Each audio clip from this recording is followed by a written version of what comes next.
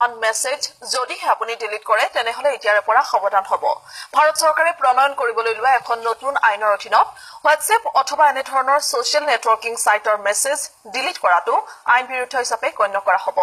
হোৱাটছএপৰ message delete কৰিলে যাব লগা হ'ব পাৰে জেল পৰ্যন্ত।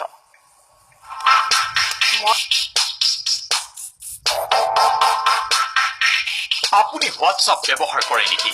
আপুনি যদি হোৱাটছআপ ব্যৱহাৰ কৰে আপোনাৰ হোৱাটছআপৰ একাউণ্টত এতিয়া চৰকাৰৰ নজৰ। হোৱাটছআপৰ মেছেজ ডিলিট কৰিলে আপুনি যাবলগীয়া হ'ব পাৰে জেললৈ। আচৰিত নহ'ব, এনে এক কৰ্মকাণ্ডই হ'বলৈ গৈ আছে আপোনাৰ মোৰ দেশ ভাৰতবৰ্ষত। এতিয়াৰে পৰা কেন্দ্ৰীয় চৰকাৰে প্ৰণয়ন কৰিবলৈ লোৱা এখন নতুন আইনৰ অধীনত হোৱাটছআপ অথবা এনে ধৰণৰ ছচিয়েল নেটৱৰ্কিং সাইটৰ মেছেজ ডিলিট কৰাটো আইন বিৰুদ্ধ হিচাপে গণ্য কৰা হ'ব। হোৱাটছএপৰ মেছেজ ডিলিট কৰিলে যাবলগীয়া হ'ব পাৰে জেললৈ। নিজৰ ইচ্ছামতে ডিলিট কৰিব নোৱাৰিব হোৱাটছএপৰ মেছেজ। 90 দিনৰ পূৰ্বে মেছেজ ডিলিট কৰিব নোৱাৰিব।